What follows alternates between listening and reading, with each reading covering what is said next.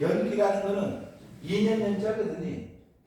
2년 연으로 누구 2년으로 내가 태어났다. 부모님의 2년으로 내가 태어났다. 부모가 없으면 내가 태어날 수 없지. 그것이 조건이라 조건. 그렇잖아요. 어떤 조건을 우리가 시험에 처리를 하니까 그 결과가 나와야. 같은 부모라도 형제 자매가 다 틀리잖아요. 성격이. 우리 시험 결과도 그렇게 나와요. 우리 제일 잘 된 거 하나만 선택해 그거 논문 쓰잖아요. 이 세상에 있는 모든 현상들은, 모든 것들은 그냥 우연히 발생된 것도 아니고, 그렇다고 어떤 창조주가 있어서 그 사람이 만들어진 것도 아니고, 이 세상의 모든 것들은 조건에서 일어난다. 적당한 조건이 형성되면 그 결과가 일어난다. 이렇게 보는 것이 조건 또는 연기의 가르침이다. 조건이라고 하는 것은 그 결과가 나타나는 것을 도와주는, 그 어떤 조건을 제시를 해야 그 결과가 나오는 걸 도와줄 거 아니에요? 그러니까 나는 시험을 할 때 어떤 조건을 만들어야 되는 것이냐. 중간에 하다 보면 중간 단계에서 나는 어떤 조건을 만들어주면 더 좋은 것이 나올 것이 있을 것 같다. 우리 창문에 다른 데도 없는 것이 나올 수가 있다. 그래야 내 자신의 것이 나옵니다. 이 조건을 의지해서 기반을 해서 결과가 일어나기 때문에, 그래서 조건이라고 하기도 한다. 어떤 일이 결과가 일어나게 하는 조건이 있으면 생겨나는 것, 즉 원칙. 어떤 조건에 의해서 생겨나는 결과가 나온 것을, 그 과정을 원칙이라고 해요. 원칙이라는 걸 아셨습니까? 원칙에 의해서. 내가 오늘 동으로 가면 성산일 출봉을 갈 거고, 서쪽으로 가면 서라봉으로 갈 거고, 이것이 원인과 결과거든. 그러면 시험도 보면은 실험을 하더라도 내가 하고자 하는 대로 그걸 증명만 해내면 되는 거 아니에요? 어? 이걸 우리가 가르쳐 주는 사람이 없었단 말이에요.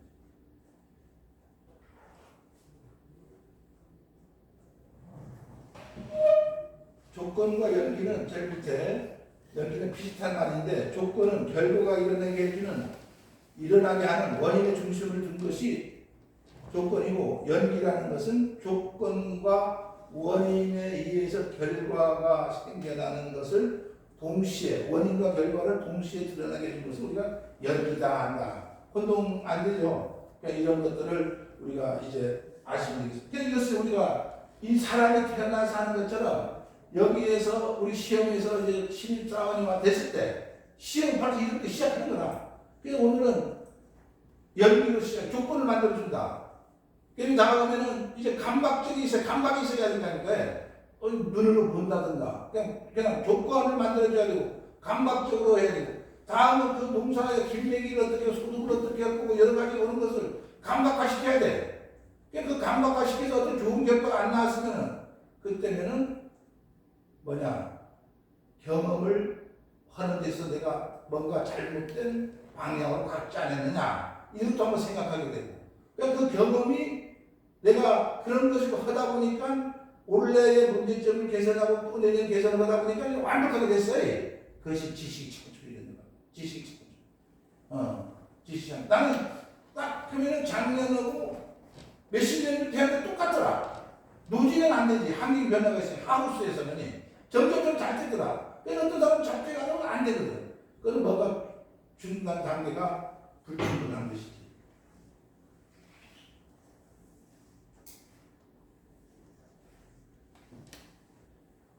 여기 보면은 중간 단계, 살아있는 동물, 사람을 존재, 생명체, 중생이라고 표현하고, 지구, 산, 강, 땅은 물질로만 이루어져 있습니다.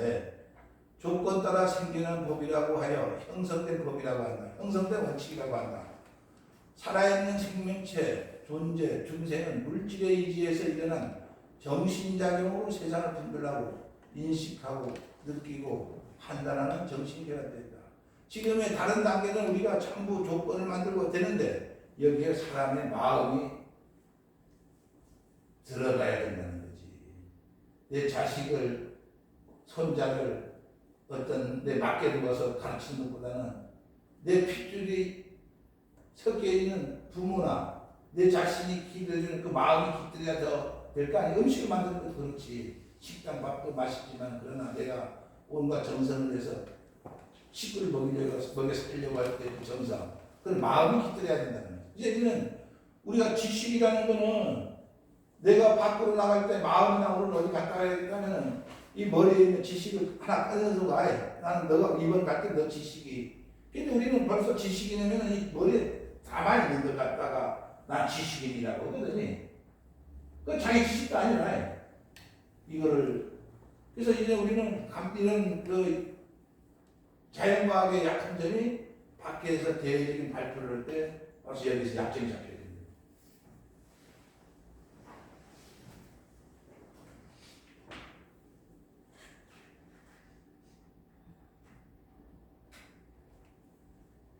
마음이라고 하는 것은 어떻게 발생하는가? 일반 사물과는 달리 살아있는 존재들은 외부 세계를 인식하게 되는데 인식하고 의식하고 분별하는 것을 마음이라고 합니다.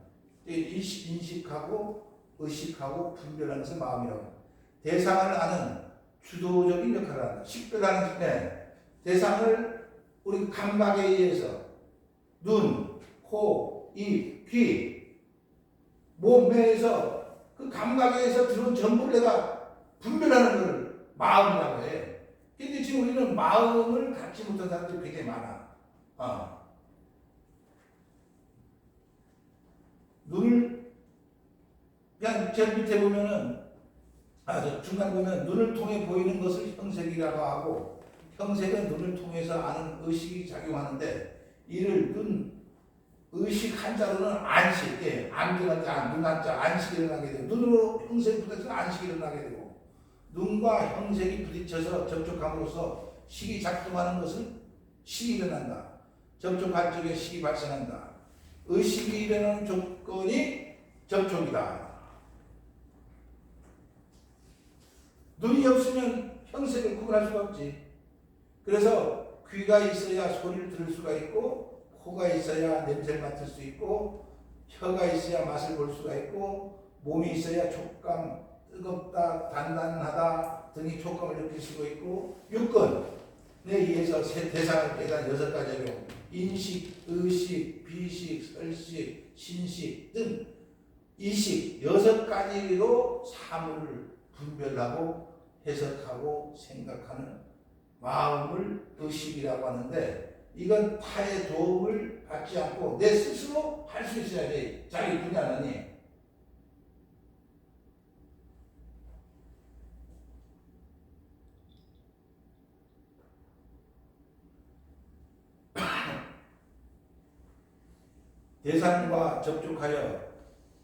대상과 접촉해서 식이 일어날 때 자기가 원하는 것이면 행복감이 발생합니다. 그렇지 않습니까? 어떤 결과가 좋으면 행복감이 나오니까 오늘 연구 결과가 참 좋더라. 원치 않은 것이 일어날 경우에는 괴로움이 발생합니다. 오늘 평가하는데 여러 가지 질문하는데 곤혹스럽고 별로 안 좋은데. 근데 그거는 좋은 결과인데도 평가하는 사람들이 수준이 낮으면 어쩔 수 없어요. 그럴 수도 있어. 그러니까 그런 거에 실망하지 말고 아름다운 형색과 접촉할 경우에는 매우 행복해지게 됩니다. 나만이 알고 있다. 이거는. 나만이 틀림없이 언젠가는 이것을 인정해 줄 때가 있을 것이다.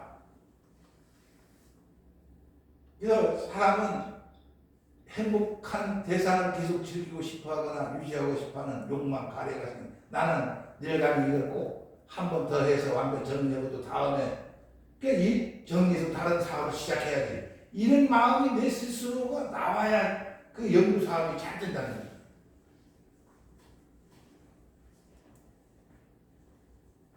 그래서 이를 유지하기 위해서는 이에 맞는 행위가 일어나는데 돈을 벌거나 이를 유지하기 위한 마음이 계속 일어나게 되는데 애착을 갖게 되고 정당한 방법으로 이를 성취하는 방법이 일어날 수가 있습니다. 그렇지 않으면 빼앗거나 도둑질하는 등의 부당한 행위를 하게 됩니다. 집착하게 되어 때로는 산업을 짓게 되기도 하고 선업 좋은 일을 짓게 되기도 하고 때로는 악업을 짓기도 한다. 이게 바로 인간의 삶입니다. 예. 지혜로운 사람이라면 정당한 방법으로 일을 성취해 나가고 그렇지 않은 어리석은 사람은 온갖 악행을 하게 됩니다. 원치 않은 대상이 나타날 경우에는 지저분하고 악시간하고 더럽고 보기 싫은 원수를 보았다거나 괴로운 느낌이 일어나 이것이 없었으면 좋겠다는 비존재적 비인간적인 그런 그 가래가 일어나게 됩니다. 그러나 그 가래를 기반으로 해서 이걸 업히기 위해서 싫어하는 마음이 일어나거나 이것을 파괴해버리려고 하는 마음이 일어날 수도 있지 않습니까? 이건 나가 한 결과가 아닌데 또 좋은 결과가 나왔는데 나는 이해를 못하니까 좋은 결과인데 나는 해석을 못하니까 그러니까 이것이 우리가 훈련을 받아야 지성의 훈련을 받아야 된다는 거죠. 그래서 선한 사람은 계속 선한 일을 해도 그렇게 잘하고 같지 않은데도 항상 결과가 좋게 나와요. 악한 사람은 너 당신이 하는 일이 왜 그렇게만 되느냐. 그런데 언젠가는 그 악한 일이 좋은 일로 변할 수도 있다 이거지. 그러니까 후진국에서 중진국으로 가면 후진국에서는 악인데 중진국 가면 천진국 가면 이것이야말로 진짜다 이거지. 제일 밑에 보면은 습관은 가장 좋은 하인이니까 가장 나쁜 주인이다.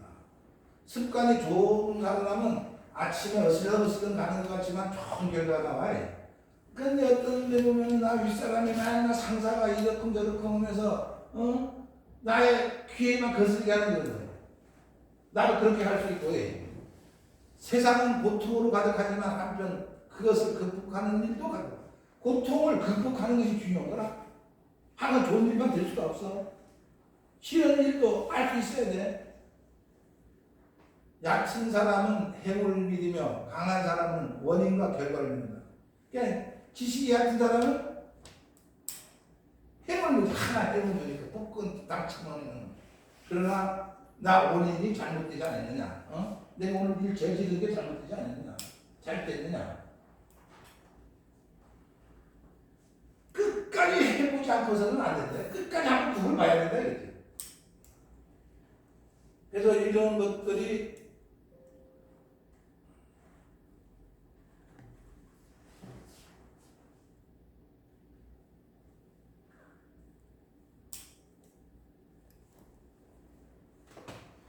여기 있구나.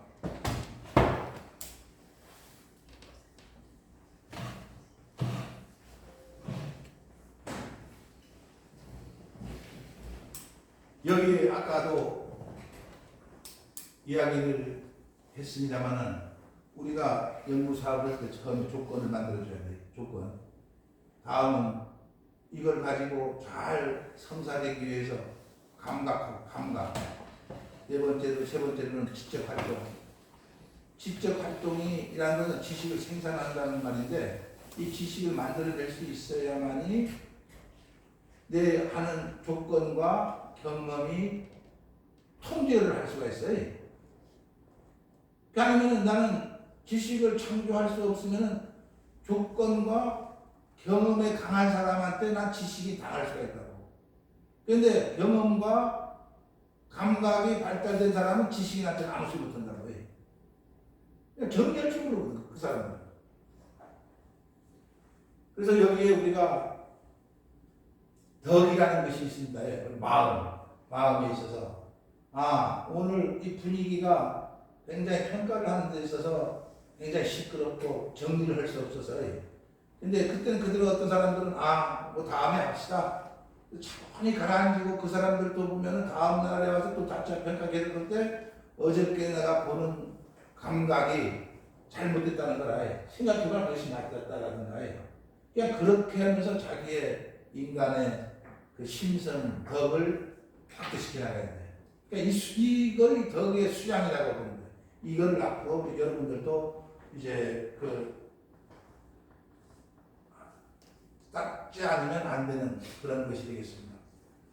이제 감각이라고 아까 조건에서 감각입니다. 조건. 조건이면은 조건이 좋으면 이 드러나는 현상이 있으니까 이걸 감각적으로 보고 듣고 코로 손으로 만지고 마음에 있어서 어떻게 이걸 평가하고 뭐 할 것이냐 이걸 자기가 정리를 해야 되지. 야 이거를 내가 결과를 갖고 보고 하면 이거 진짜 잘했다고 할 것 같은데 가면 거꾸로 잘못했다고 할 수도 있고 이런 과정은 계속 겪어져야 돼. 그래서 여기에서 이건 실제적인 게 장자편에 나온 건데 여기에 천도편에 윤편과 환공 이야기가 나온다. 윤편은 수레바퀴를 깎는 장인이고 환공은 제나라 왕이다. 마당에서 수레바퀴를 깎던 윤편이 책을 읽고 환공에게 묻는다. 무엇을 하고 계십니까? 책을 읽고 있다. 그 책은 누가 썼습니까? 성인이 썼다. 성인들은 살아 있으니까 죽었다. 그럼 성인들이 찌꺼기를 읽고 계시는군요. 황공은 왕이거든. 아주 위대한 책을 여기고 열심히 탁 붙잡고 있기는데 수레바퀴나 깎는 미치는 자가 이렇게 말을 하는데 화가 안 날 수가 있습니까? 감히 내 따위가 성인의 글을 평하다니 그게 무슨 말이냐. 이 까닭을 몽땅하게 말하지 않으면 살려줄 것이고 말하면 살려줄 것이고 그렇지 않으면 차명을 취할 것이다. 그래서 이제는 그 윤편은 말합니다. 수레바퀴를 너무 느슨하게 천천히 깎으면 수레바퀴가 헐거워서 문제가 생기고 수레바퀴를 너무 급하게 막하게 깎으면 수레바퀴가 뻑뻑해서 문제가 있습니다. 급하지도 않고 느슨하지 않게 깎아야 하는데 제대로 깎는 일은 제가 손으로 이렇게 해서 마음에 담아놓은 것입니다.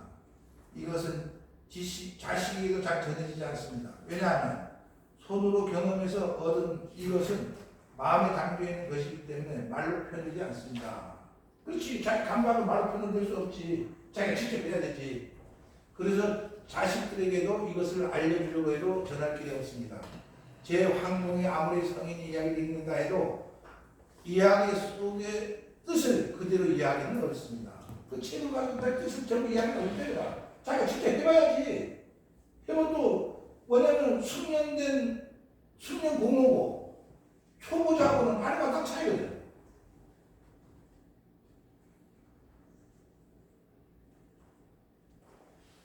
우리가 독서나 공부 같은 간접 경험을 통해서 알 수 있는 여기 간접 활동인가 이거 지식이 아닌데 나에게 도움이 될 수 있는지 해가 되는지 그건 몰라. 나중에 봐야 돼. 우리가 독서나 공부 같은 간접 경험을 통해서 알 수 있는 것은 제한적일 수밖에 없습니다. 글이라는 것이 결국 쓰는 사람이 읽는 사람을 자신이 세계로 초대하는 것이라고 선언한다면 우리는 한계를 받아들여야 합니다. 그것이 손님이 태도입니다. 그리고 나서 자신이 것이 나와야 마땅하다. 쓴 사람이 초대한 세계로 손님이 그 저자가 초대한 그 책을 통해서 초대한 세계로 갔다 와서 내 길을 찾는 거라. 그대로 해서는 안 된다는 거라. 과연 이 사람이 그 사람에게는 정당하고 맞는 건데 나에게 발견 맞겠느냐 이거지. 우리는 책 읽어보니까 그렇게 씁니다. 그건 우리가 이야기할 때 되지만 실제 생활에서 그건 지식이 아니다.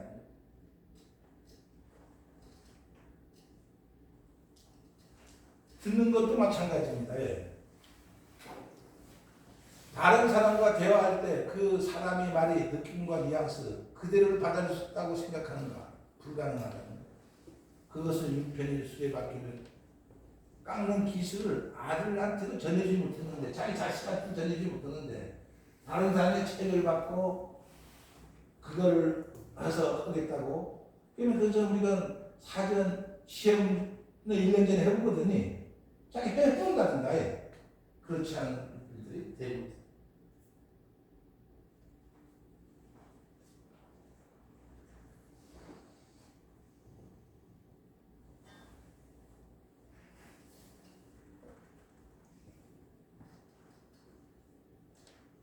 여기에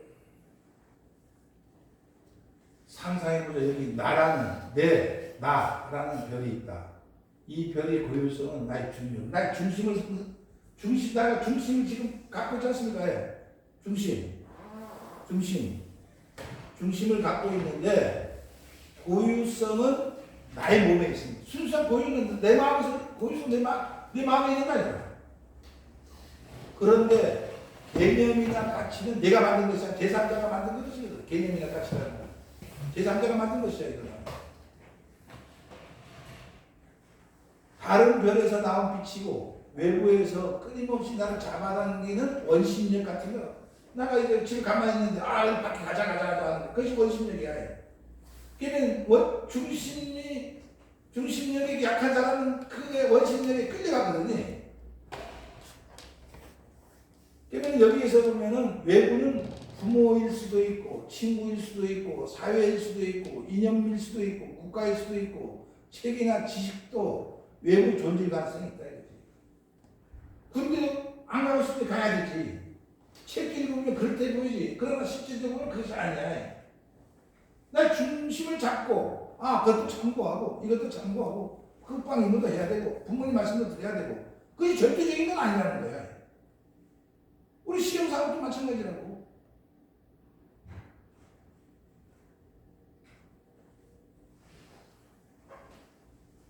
나의 몸과 마음은 중력을 지키려고 애를 쓰지만 원심력을 가진 개념과 가치는 나를 어떻게든 나에게서 떨어뜨리려고만 하고 있어요. 지식이 쌓이고 독서량이 늘어날수록 자칫하면 이 분리 현상이 더 커질 수가 있다. 그럼 더 이상 내 몸과 내 마음에서 일어나는 일과 나의 머리에 생각하는 일은 하나가 아닌데 내가 생각하는 것이 아니고 치고 와서 막 끌어다니는데 원심력이 와서 끌어다니는데 중력이 가만히 있을 수가 있어? 나가 아니라는 거야. 모든 가정생활도 마찬가지고 직장에서 하는 것도 마찬가지고 궁극적으로 자기 스스로 변화를 경험해야 돼. 내 스스로 변화하는 걸 내가 뭔가 막 스스로 해내야 된다. 내가 직접 해야 된다. 땅을 파는 것도 내가 직접 해야 되고 이 변화는 나에게 구체적인 행복, 구체적인 자유, 구체적인 생기를 선사할 것이다. 또한 나에게 겸손과 아량, 평화, 유대를 안겨주며 결국은 자기가 살아있음을 느끼게 해줄 것이다. 나 다시 시작하거든요.